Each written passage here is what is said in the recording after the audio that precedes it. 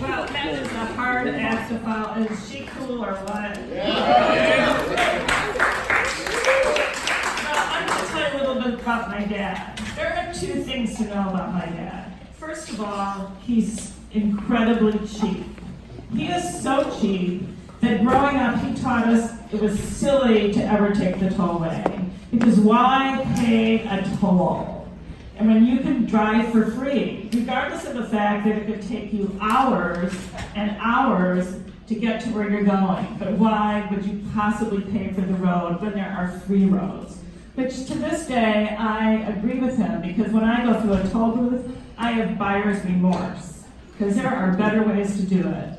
Second of all, he never pays retail. And he is legendary at Green and Lexus in Glenview, because he went in there one time, well, he went in there many times, but one time when he actually decided to buy a car, he spent like a week talking to one of the salespeople about it. And he had a price in mind, and the salesperson had a different price in mind, and I think my dad went in there like a terrier on a pant leg. Every day he went in there, and he didn't move, but he kept finding things wrong with the car, and he kept like trying to make the car cheaper. And so finally, like 4 days, I'm sure he drove this man to sheer insanity or drugs or to drink or something very dangerous. And finally the man calls up and he says, Dr. Forrest, we're going to give you that price on the car. And my dad, now he's also had days to think about it. So he calls him back in an hour and he says he doesn't want the car anymore. And he is the only person who has been banished from a car lot, probably in the country. Because when has anyone ever been kicked off out of a car agency? Never. But then he retires, and so he doesn't need a car, he doesn't need to go through a toll booth, and you'd think he'd just sort of chill out. Now he's just my old dad sitting around, and he would be in his big leather chair every day, and I would go visit him, thankfully for everyone who was off the roads, trust me. But I went in one day, and at 3 o'clock is time for Bonanza, Little House on the Prairie. He liked stagecoaches, although all those people on those shows are dead now, but he had an affinity for shows like that, westerns, I don't know why. But so I walk in, and there he is in his big leather chair, and I see him from the back, but on this big flat screen TV, I see a blowjob. No, this is my dad, and I'm like, I don't think my dad's 87 at this point, and I don't know how to react to that. And I get up to the screen, and I'm telling you, that's the closest I've been to a blowjob, because Jewish girls, we're not big on the blowjob. In fact, you can't do your nails. If anyone here can do their nails and give a blowjob, talk to me later, but we never have figured that out. And it's important with nail filing and sex. It's kind of goes hand in hand. But anyway, so I'm like, oh my fucking God, my dad is watching porn.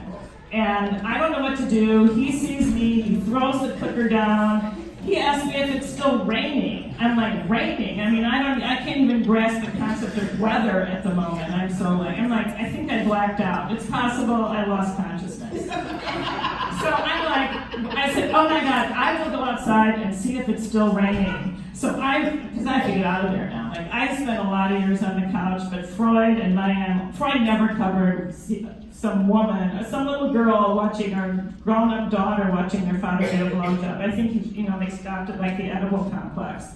So I go like running out. I'm calling my sister. I'm like, Terry, oh my God, you'll never believe this. And she's like, I have to call you back. I'm like, what? What? Don't call me back. You don't have to call me back. And she's like, I have to call you back. And I am like, I'm furious now, because I am older, I have less years to live, and I can't allow her to live more joyfully than I live. So somehow I'm furious that she hung up on me. So I'm like, run to my car, and I go to what I do every day. I get a Diet Coke at the 7-Eleven. I need either the Diet Coke or like a Valium drip, because one of the two, because I'm rashy, I'm itching, I'm like, I don't know what to do.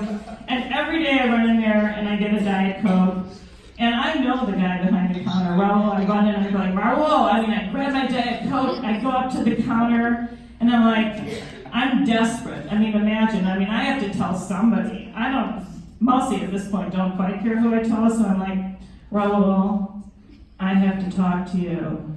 And I must have looked like a deer in headlights, because he's like staring at me, and he goes, no entiendo inglés. I'm like, what? I said, you entiendo inglés every day. He goes, no entiendo inglés. And I'm like, fuck.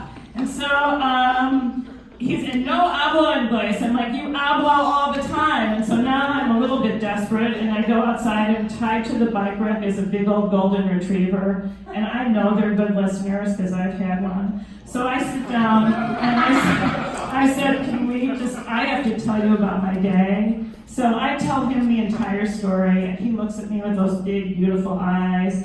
And when I get up, I knew he understood everything I felt because he humped my leg. And then I run, and subsequently, I ended up telling every one of my friends. I told everybody. I even told my son one night after we had a few glasses of wine, and he said, Mom, he said, don't you know this? Don't you know the big family story? That Dams, that's what he called my dad, Dams has a porn collection. So 3 things I know about my dad. He's cheap, never pays retail, and has a porn collection. And now, Nisha. Yay!